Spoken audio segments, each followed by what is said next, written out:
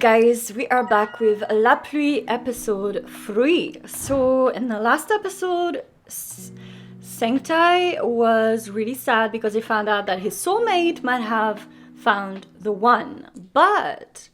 his soulmate also works at the veterinarian. He's the veterinarian.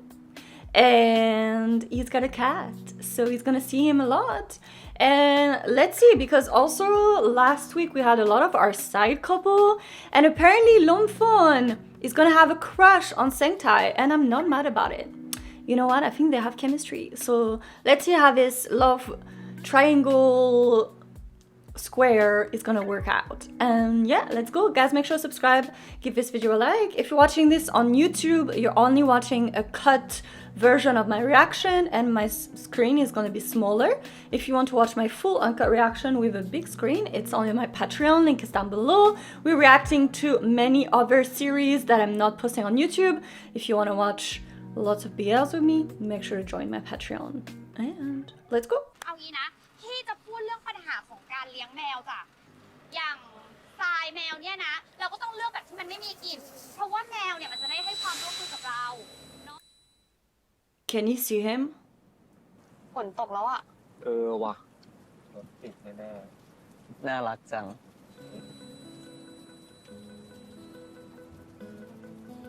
เฮ้ยพวกมึงไอ้พัดมาชมใครว่าน่ารักวะมาชมกูแน่เลยไอ้พัดชมกูน่ารักแน่เลยอ่ะไม่ใช่ครับ Oh my god, did he respond at that time? I don't think he did. ไอ้พัดมันหมายถึงผู้หญิงที่ยืนพูดคนเดียวเปล่าวะว่าไม่น่าจะใช่นะไอ้พัดไม่น่าชอบ Maybe ผู้ the หญิงคน cat. นี้อะ ฉันก็ว่าไม่น่าใช่ น่าจะเป็นน้องคนที่ลูกแมวอยู่ข้างผู้หญิงคนนั้นมากกว่า ไหนวะ ไม่เห็นเลย ข้างๆนั่นแหละ ว่ะน่ารักจริงๆด้วย กูเห็นแล้วเนี่ย ตาไม่ดีนะมึง น้ำตาพิมพ์อะไรไปให้พัดวะ ฉันแซวมันว่าชมคนอื่นตอนฝนตกแบบเนี้ยไม่กลัวโซมิกน้อยใจหรอ แอบดูดิ So the one is really ไม่ him. ได้หรอกค่ะ ฉันติดฟิล์มกันใส่ใจจ้า เพราะมีเพื่อนอย่างพวกแกนั่นแหละ And they train. So basically, he can't talk, so they're มันบอกว่า putting ไม่น้อยใจ notes หร to อก him. ปกติเขาก็ไม่สนใจฉันอยู่ละ น้องแมวก็น่ารักจริงๆด้วย Because if he talks, then the soulmate will hear him. ใช่เหม่ออะไรอ่ะฮัลโหล ฉันว่าเขาก็คงไม่สนใจมันจริงๆนั่นแหละ มันชวนมาคุยตั้ง2 ปี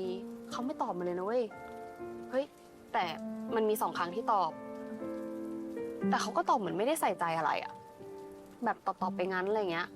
เหมือนโชคชะตาเล่นตลกกับเพื่อนเราเลยอะ Try to talk to him again. แต่ฉันก็เข้าใจพัดมันนะ ไอ้โรคหูดับเนี่ยทำให้ชีวิตมันยุ่งยากขึ้นเยอะเลย จริงสุดๆเลย แกดูดิ พวกเราก็คุยกับมันยากขึ้นด้วยเนี่ย งั้นถ้ามันจะรักใครชอบใคร หรือหัวใจเต้นแรงกับใครเนี่ย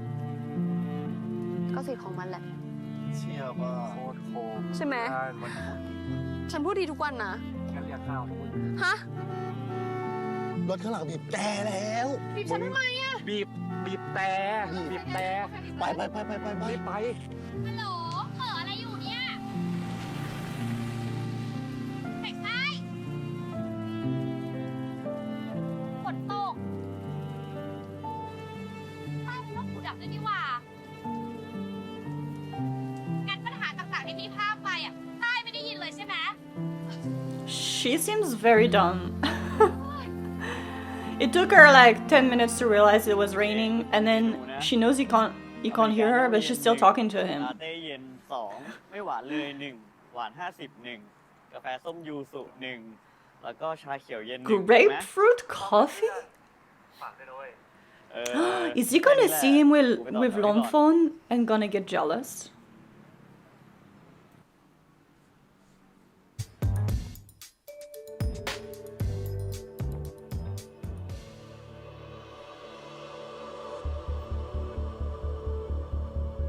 So this whole time he had seen him before. I thought though that the cat, he found the cat after he met him, didn't he? I'm confused now of the timeline. ขอโทษนะครับ ขอนั่งด้วยคนได้ไหมครับ ได้ครับ ขอบคุณครับ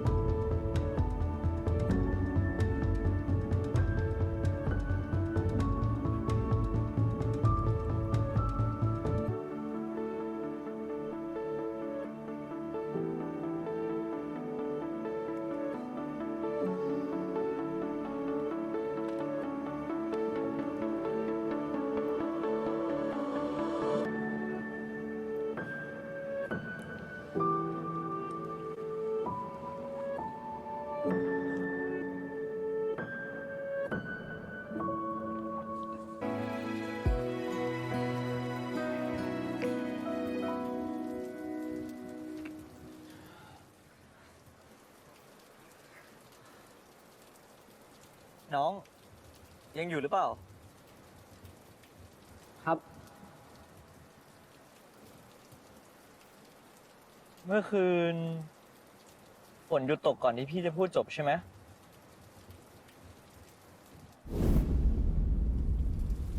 เมื่อช่วงเย็นพี่ขอโทษด้วยนะ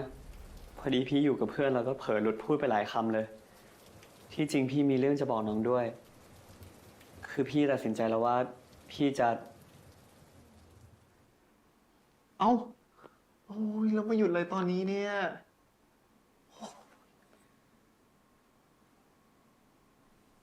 อ๋อ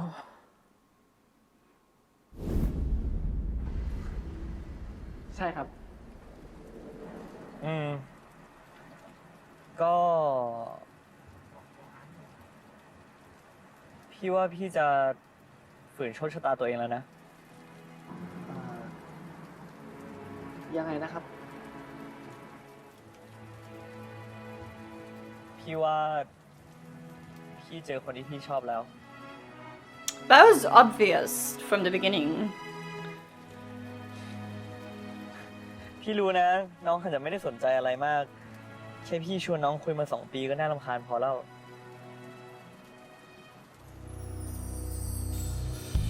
ยังไงก็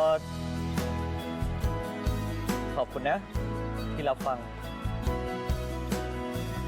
ครับ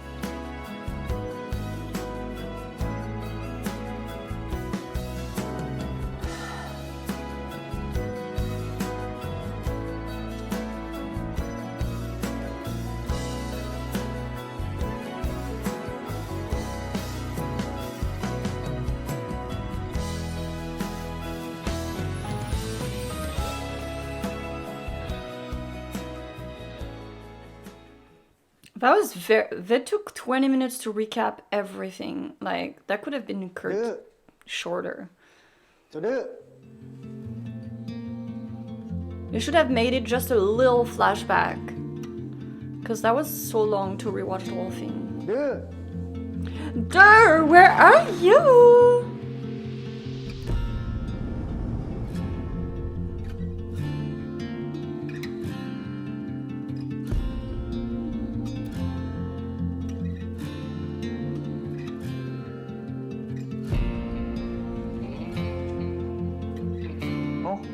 ไอ้พัดไหนมึงบอกว่าจะ พัดเจ้าดื้ออะวิ่งเตลิดมาเพราะฉันน่าจะฉีดยาน้อง มันคงจะกลัว Oh, you think the cat must be ช่วยไหม scared because you're gonna put a needle ไม่ into ต้อง his ก็ได้ body? ครับพี่คือ ดีเลยพัด เราว่าตอนเนี้ยน้องยอมพัดอยู่คนเดียวเลยอะช่วยเราหน่อยนะ Was this all staged? The cat is a staged actor, I swear. ผมรบกวนพี่จะออกไปรอด้านนอกก่อนนะ พอดีว่าเมื่อกี้น้อง They เขาตก made ใจ him มากเลย run น่าจะ away. เป็นเพราะว่าคนเยอะ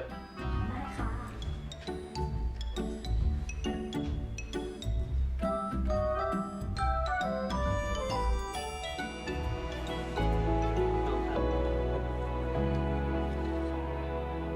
ก็การลูบการนวดเบาๆในห้องเงียบๆแบบเนี้ยก็เป็นอีกหนึ่งวิธีที่ทำให้แมวหายเครียดนะ เอาจริงๆแล้วเนี่ย เราก็ควรจะทำแบบนี้กับแมวบ่อยๆนะ จะได้ช่วยให้แมวรู้สึกปลอดภัยแล้วก็ไม่เครียด งั้นเดี๋ยวพี่รบกวนเราช่วยจับเจ้าดื้อหน่อยนะ พี่จะฉีดวัคซีน ขั้นได้ครับ เดี๋ยวน้องแสงใต้จับบริเวณลำตัวก็พอ จับไม่ต้องแน่นมากอะแค่จับไม่ให้ดื้อดิ้นหนีอะ โอเคครับ พี่ขออนุญาตนะ แบบนี้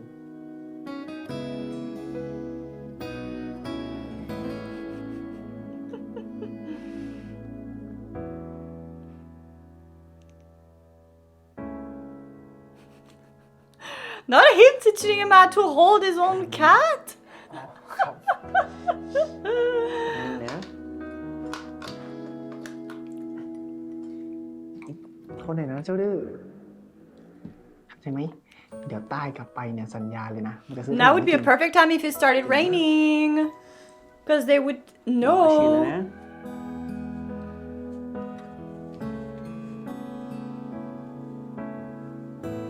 โอ้โหรอบนี้ดื้อไม่ร้องเลยอะครับ ก็เพราะว่าน้องทำให้ดื้อไม่รู้สึกเครียดไง ถูกไหม Not the open Jake, flirting. Oh my เข็มหน้า god. ก็ต้องไม่ร้องแบบนี้นะ แล้วก็ต้องไม่เครียดด้วยรู้เปล่า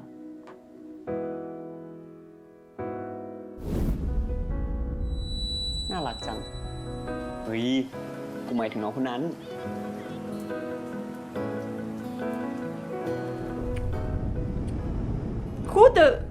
Who was he kissing? Who was that? I'm so confused. Was that him?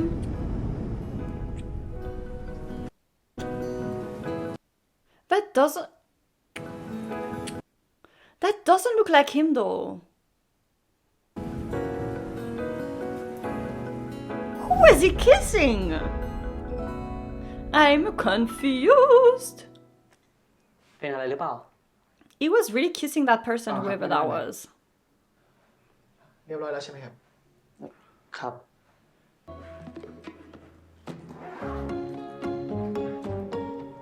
ขออนุญาตนะครับ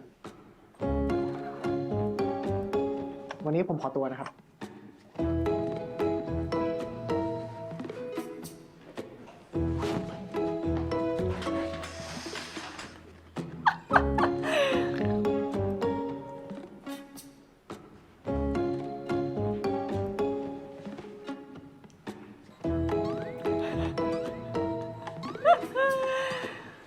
They're all so suspicious.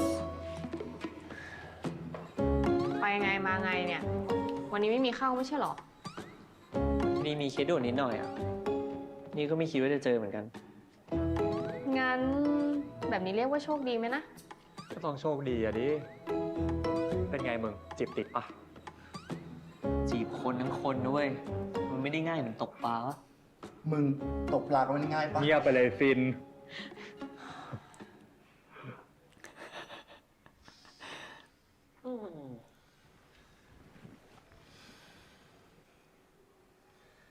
เอาจริงๆเมื่อกี้กูไม่ได้จีบน้องคนเลยนะเว้ย กูทำหน้าที่หมออยู่ Liar! ถ้านอกเวลา Liar!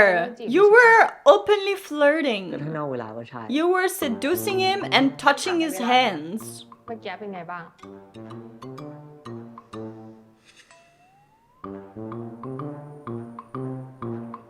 ไม่รู้เลยว่ะกูอ่านใจน้องเขาไม่ออกเลยอ่ะ ไม่รู้เลยว่าน้องเขาคิดอะไรหรือว่ารู้สึกอะไรอยู่ ถามอะไรไปก็ไม่ค่อยตอบด้วย นี่ก็เหมือนโซลเมตมึงเลยดิ ถ้ามึงว่านี่หนักแล้วนะ โซลเมตกูหนักกว่าเยอะ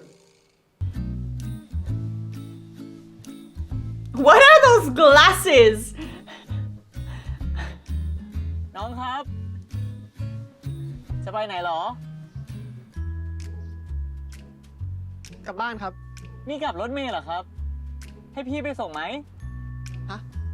พี่หมายถึงให้พี่ไปส่งน้องที่บ้านไหมอีเดียวฝนก็จะตกแล้วนะ ไม่เป็นไรดีกว่าครับ ผมกลับเองได้ ไม่ต้องเกรงใจ Well, พี่หรอก he probably does not want to go in if it's gonna rain. พี่กับผมเราไม่ได้รู้จักกันนะครับ น้องชื่อแสงใต้ใช่ไหมครับ พี่ชื่อพัดนะ นี่ไง เรารู้จักกันแล้ว ผมว่าพี่ขับไปเถอะครับ ผมนั่งรถเมล์ถนัดกว่า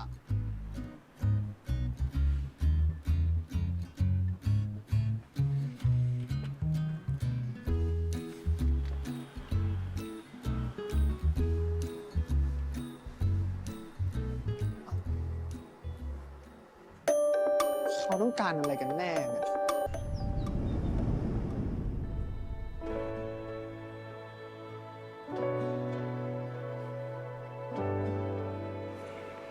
พี่มาทำแบบนี้เนี่ย ก็น้องยืนยันว่าจะขึ้นรถเมล์พี่ก็เลยตัดสินใจมาเราเป็นเพื่อนนี่ไง So you went to park, come back to spend 2 minutes with him.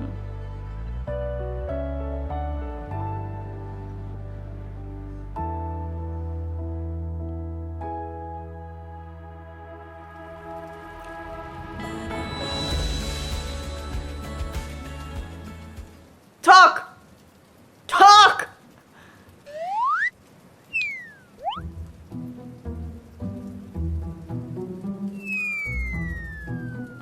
Oh!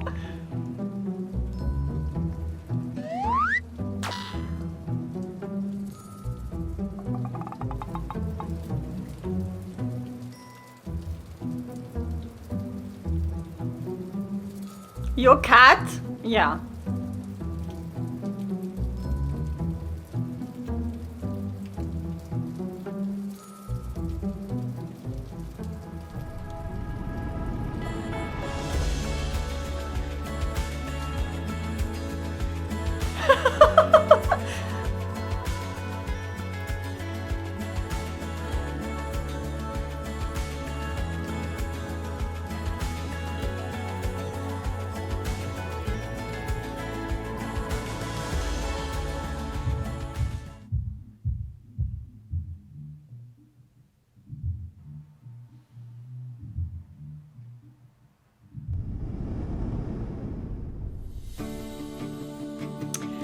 What are the odds? What are the odds that Nav and Bud just bump into each other all the time?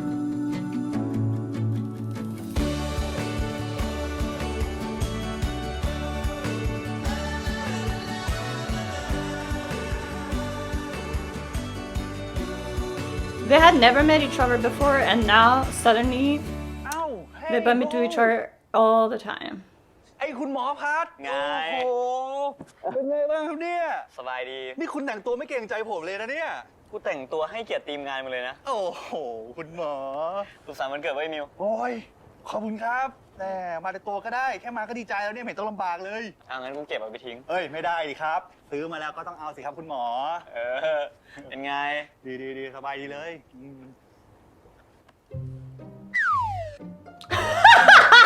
You were looking directly at him. You got caught. กูว่าคนรู้จักมึงแก่ รอก่อน น่าสบายนะสบาย That was really obvious. มาคนเดียวเหรอครับ ถ้าไม่ตอบเนี่ย พี่จะถือว่ามาคนเดียวนะ มากับพี่ที่ออฟฟิศครับ แล้วนี้ทำอะไรอยู่หรอ ดูเมนู อ่านออกด้วยเหรอ มันกับหัว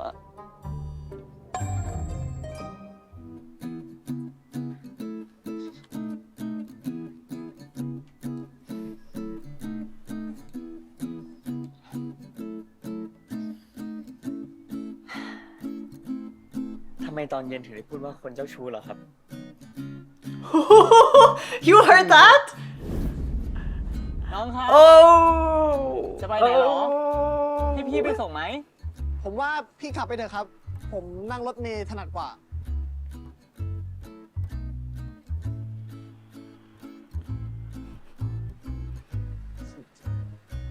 ตรเจ้าชู้ He parked so fast.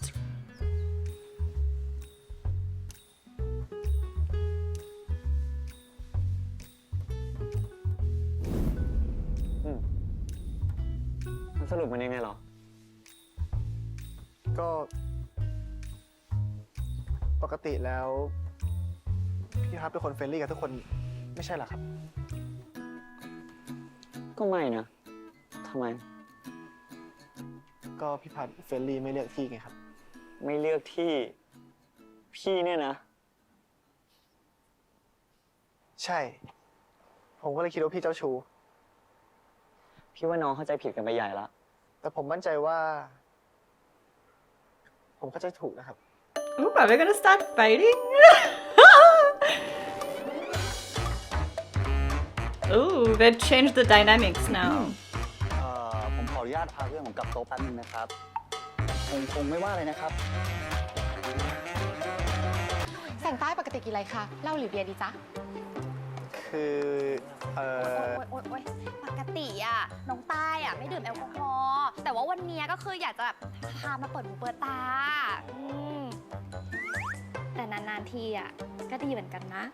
สักนิดสักหน่อย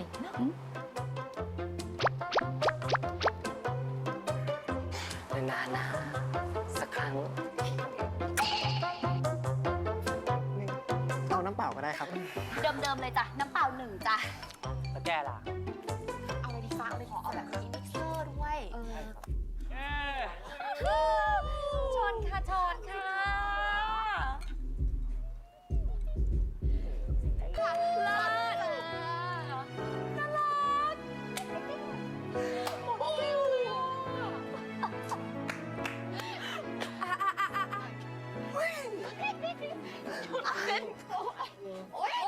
Pax is really.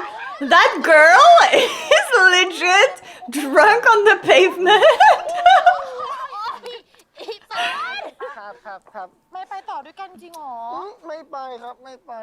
เดี๋ยวได้กลับก่อน จังเลย นี่ก็ดีนี่เดี๋ยว ครับ ให้พี่ไปส่งก่อนไหม ไม่เป็นไรครับพี่โบไม่ไปไม่เป็นไร เดี๋ยวพี่โบกลับกันก่อนเลยก็ได้ ไม่ต้องเป็นห่วง ตายแล้วตายจะกลับยังไง นั่นไงพี่โบแท็กซี่นั่นไงเดี๋ยวตายกับแท็กซี่นะ เอางั้นเหรอ ครับ เอางั้นยืนตัวตรงก่อนยืนตัวตรงก่อนถึงแล้วไลน์หาพี่นะฮะโอเคโบ ฮะ ขอบคุณนะครับ พี่อยู่นี่เนาะไม่ต้องต่ำขนาดนั้นโอเคถึงแล้วไลน์หาพี่นะไปกันค่ะสูไปค่ะ โบ ดีๆนะดีอุ้ยนี่เขาตื่นเต้นหมดค่ะล่วงหมดแล้ว Is he walking home? That's his first time getting drunk, I'm guessing. Oh, that is not good. Is that girl just gonna stay on the pavement?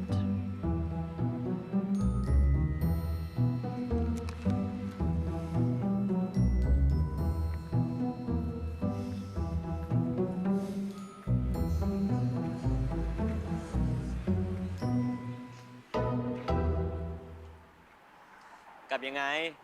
ให้พี่ไปส่งไหม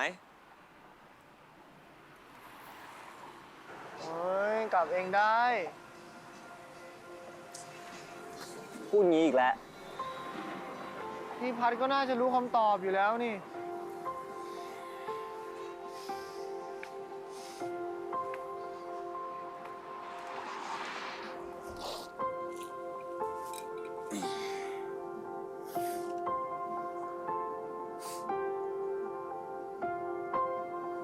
พี่เป็นห่วงจริงๆนะ นี่ก็เมามากแล้วด้วย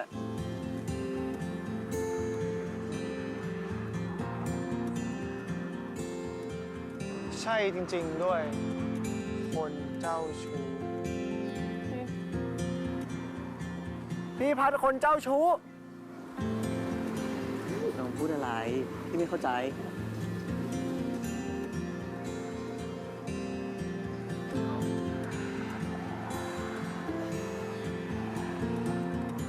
พี่พัดมีคนอื่นอยู่แล้วอ่ะ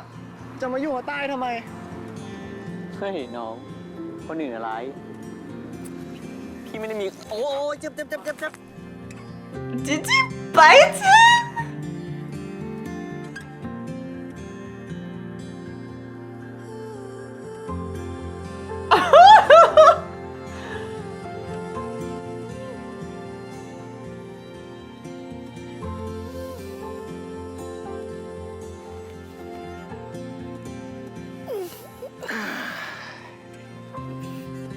Oh, he lit the candles.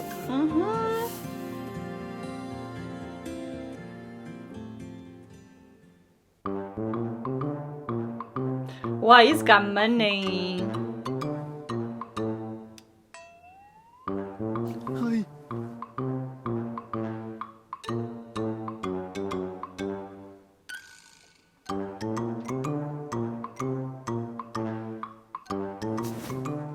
เดี๋ยวนะ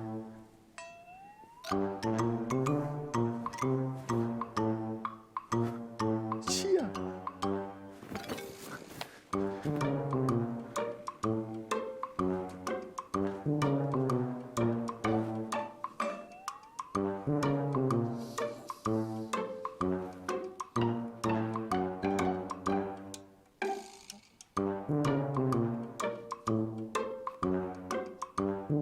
Wow, that is some nice ass bathroom. Oh, you better use that bath.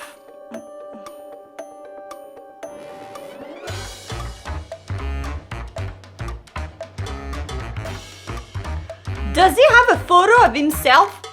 hung? That's weird, right? เฮ้ย Do you guys have portraits of yourself in your house? พัดมีหลายอย่างที่เราอยากจะบอกพัด เรารู้ว่าดาราจะพูดอะไร แต่ว่าเราไม่ต้องพูดถึงมันดีกว่าไหม งานของพวกเธอ2 คนที่ส่งอาจารย์มา อาจารย์ไม่ให้ผ่านนะ จาน Oh my god. Damn, okay. That side couple had no screen time to get today. That felt very short for some reason, but okay. So I feel this episode was good. I really love this series. Like I really love the concept. I love Sanctai. And now I really love Pat. Like I like him. He's kind of, you know, at first when we first saw him, obviously he looks kind of innocent, cute, nice, but actually he's not like that. You know, he's kind of a bad boy. He's kind of like, And I really liked when they were having their little fight. I feel like that dynamic suits them better when if they're like kind of back and forth, Tom and Jerry, you know. I feel like that suits them. I feel like the first 20 minutes were useless. We wasted so much time. 20 minutes to recap something just to find out that he's the one when we already kind of knew, and there was no need to reshoot the entire scene because that did not add anything to the plot. Like him making 2 lines did not add anything to the plot. Just seeing the same thing again, but him being in his car didn't really add anything. Like, and also it was confusing because at the beginning they didn't say like 2 weeks ago. Like we just go from episode 2 to episode 3, but episode 3 is back in the past. Like if you're gonna do that, you need to give us the timeline so we understand. Don't just make the viewers guess the timeline, because I was a bit confused at first. I was like, are we back to the past? Then I thought, wait, no, did he meet him before? I was just like so confused. Like, I don't like to think too much when I'm watching something, you know? Nah, it was so obvious. Like, obviously, he goes into a bar and he's gonna be there. Like, for some reason, you know, Bangkok is so big. They've never met each other. They've been soulmate for, like, what, 23 years. They've never met each other. Suddenly, they're randomly bumping into each other every day. Plus, that boy is at the same coffee shop every day. And you're telling me that now, some reason, doctor is going to that coffee shop? Why did he never go to that coffee shop before? And now they meet each other every day? Like, very random. But other than that, I like it. I like Sengtai. Oh my god, he's so cute. Also, that apartment, damn. Okay, but like, what kind of narcissist has a freaking massive portrait of himself in the freaking hallway? Like, what? He's got money and he's like, oh yeah, let me hang a photo of myself. I don't like that at all. Anyways, okay, so he was kissing, I'm guessing he was kissing that girl. Maybe that's his ex and they somehow wanted to break up, but she kissed him. But that kiss was passionate, okay? Like, they showed us that kiss for like 3 seconds in a bad angle, but they were eating each other's mouth. So, you know, it's setting the bar, because if our main couple doesn't do that, then it's gonna be like, y'all better be upping that kiss, because this one was passionate one. And also that rain thing, like, I know it's a series, but the rain is so convenient, and the rain, like, it rains for 10 minutes and then it stops and it's sunny. Like, what is that? Why is this raining season? It's so random. Anyways, that was a good episode. I'm really liking this series, but this episode 3 somehow I feel like was a step down to episode 1 and 2 were so good. And also I feel like they should, you see, if it didn't add those 20 minutes to recap what happened, and they had just kept him, just his point of view for like 5 minutes, just so we know that he thought he's the one, that would have been good. And then give those 15 more minutes to the side couple, because the side couple, I think they have really good chemistry too. Like, I really like them, and I want to see them more. All we saw today was them doing their paper and nothing happened. So yeah, anyways guys, hope you enjoyed. Thanks so much for watching, and I'll see you in the next video. Bye.